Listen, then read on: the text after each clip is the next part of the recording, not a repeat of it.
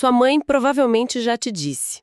Você é o que você come. Era aquela frase clássica para te convencer a comer mais brócolis, né? Mas no universo que a gente vai analisar hoje, essa ideia ganha um significado completamente novo. E, para ser honesta, muito mais sombrio. E bota sombrio nisso. Hoje a gente vai ver como, para os vampiros de World of Darkness, o sangue nossa, é muito mais do que sustento. Muito mais. É um catalisador que afeta o comportamento, os poderes e, o que é mais surpreendente, toda a estrutura social deles. E a base da nossa conversa é uma fonte fascinante. O monólogo de um vampiro experiente, quase como uma aula de etiqueta para os novatos. Exato. Ele explica as nuances da alimentação de um jeito que deixa claro que o importante não é só o que eles comem, mas de quem eles comem. E, o mais crucial de tudo, em qual estado emocional a presa se encontra. Isso, e o ponto de partida que ele estabelece é que o sangue de mortais tem um efeito físico, real. Ele fala que isso não é uma teoria nova, mas um conhecimento antigo. Quase uma alquimia. Certo. Essa ideia da alquimia do sangue. Porque, a princípio, soa estranho, né? Sim. Como o sangue que no microscópio parece, sei lá, a mesma coisa, pode ser tão diferente. A fonte até questiona se a diferença é só biológica, tipo adrenalina, ferro, ou se tem algo mais, algo espiritual. E a resposta é... É uma mistura, mas com um peso enorme no lado sobrenatural. A biologia, como você disse, a adrenalina, isso é, digamos, a temperatura do prato. Mas a verdadeira essência, a alma da questão, está na emoção.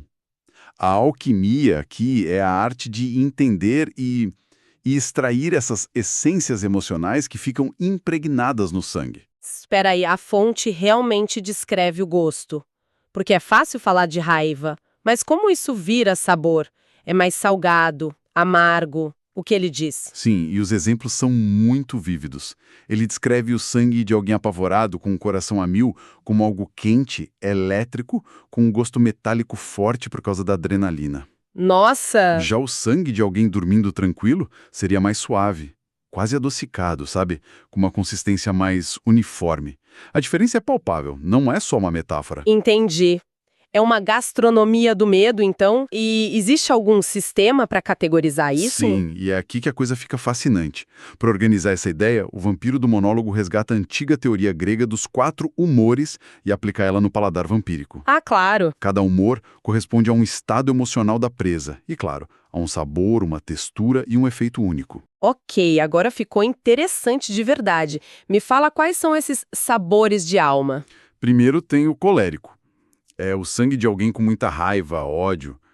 O narrador descreve como amargo, quente, pulsante. É um sabor que queima, sabe? Uau! Depois vem o melancólico, que vem da tristeza profunda, do luto. Esse sangue é descrito como frio, denso e estranhamente salgado.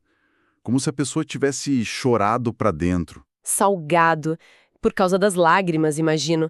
É uma imagem muito poderosa. E os outros dois? O terceiro é o flegmático. Vem de alguém totalmente passivo. Pense em alguém dopado ou num transe. Esse sangue é morno, quase sem sabor, com uma textura oleosa. O mais neutro de todos. Exato. E por último, o oposto, o sanguíneo. É o sangue da euforia, da paixão, de um estado quase orgástico. Esse é o mais cobiçado, descrito como doce, efervescente e quente. Efervescente? Tipo, como um champanhe. A fonte chega nesse nível de detalhe? Chega num ponto ainda mais visceral. O narrador menciona que, dependendo da intensidade da emoção, o sangue pode ter até grumos. Como assim? Grumos. A tristeza ou a raiva tão intensas que chegam a alterar a fluidez do sangue, criando coágulos de pura emoção. Não é só sabor, é uma experiência tátil completa. Que grotesco e fascinante. Mas assim, além dessa experiência, qual o resultado prático disso? Beber um tipo de sangue te deixa mais rápido, mais forte? Sim, no nível básico é exatamente isso. A fonte menciona que o sangue colérico pode dar um pico de força bruta, enquanto o sanguíneo pode aguçar os reflexos, o raciocínio. Entendi. Mas isso é só a ponta do iceberg. É o uso mais amador dessa alquimia. Porque os mais experientes não se contentam com o que acham por aí, certo? A fonte fala de cultivar a presa. Isso soa metódico e bem cruel. É exatamente isso. Os vampiros mais sofisticados, os gourmet, eles não caçam. Eles preparam suas presas. Preparam. A analogia que ele usa é poderosa. É como amaciar um bife ou envelhecer um vinho por séculos.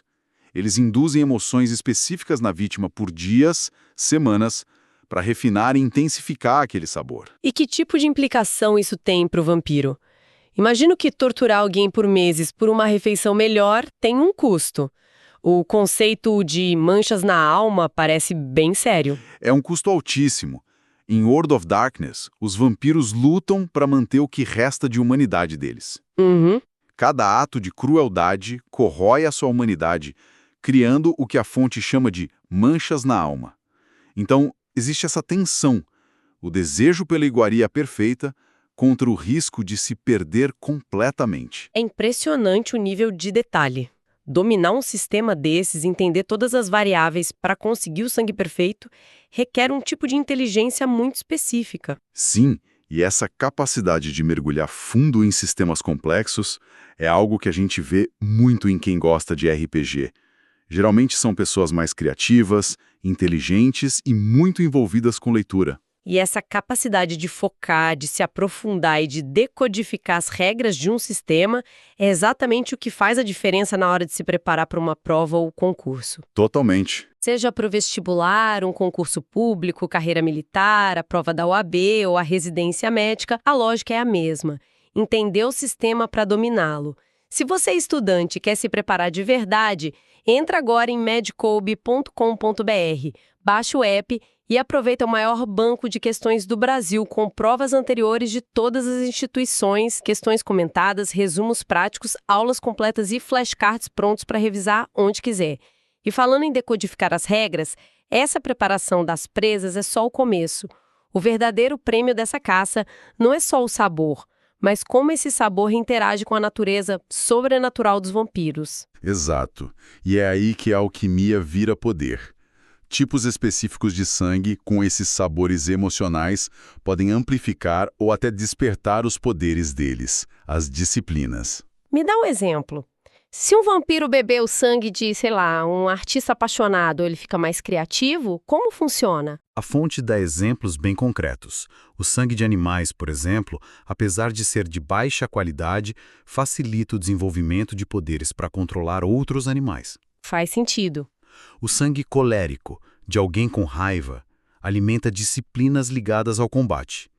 Torna um vampiro um lutador mais formidável. E tem exemplos mais estranhos, né?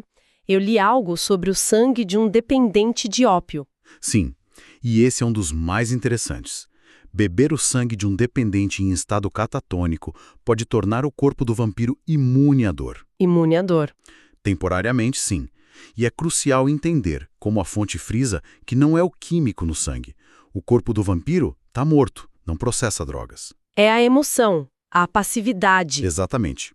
É a fração da alma da vítima que ele consome. O vampiro ainda sofre o dano, mas não sente a dor. É como absorver a essência da presa e manifestar como um poder.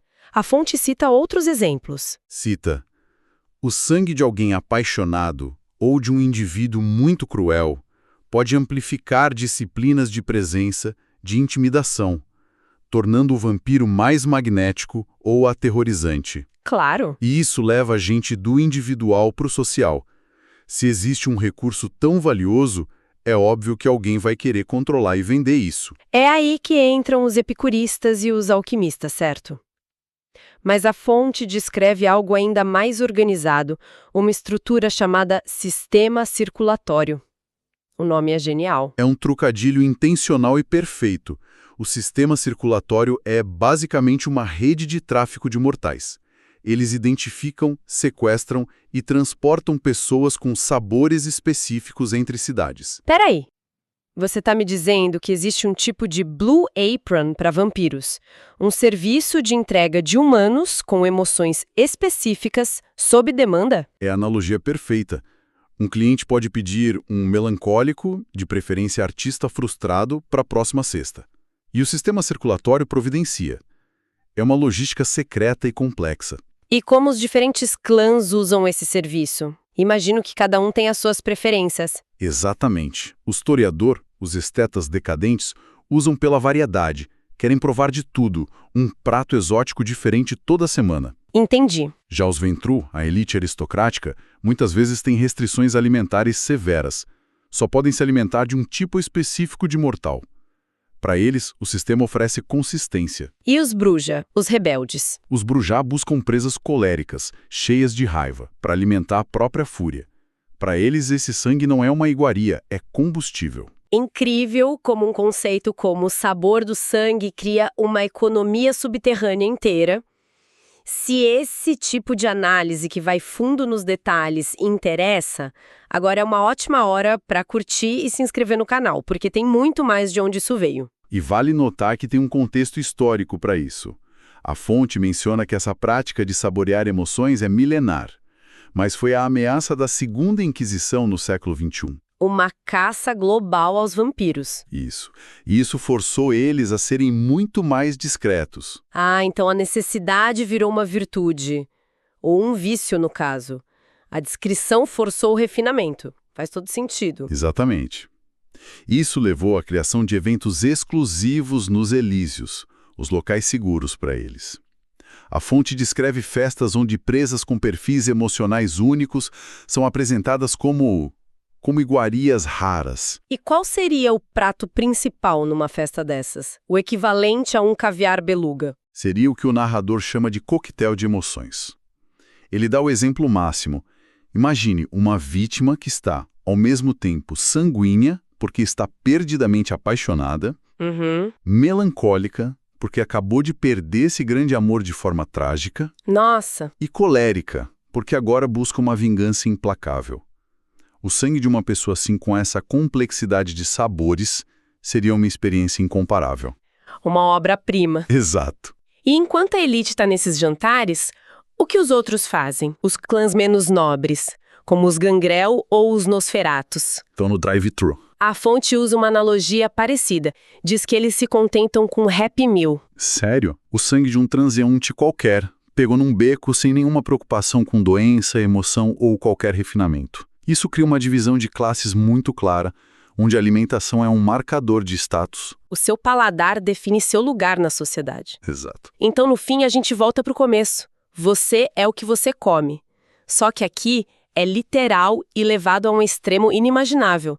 Eles são literalmente definidos e moldados por quem eles consomem. Precisamente. A análise mostra como um conceito que começa quase biológico, o sabor, evolui para influenciar poderes, criar estruturas sociais complexas e, por fim, solidificar uma hierarquia inteira baseada no paladar. A fonte termina com o vampiro mentor dizendo ao novato que ele, com o tempo, vai desenvolver os próprios gostos.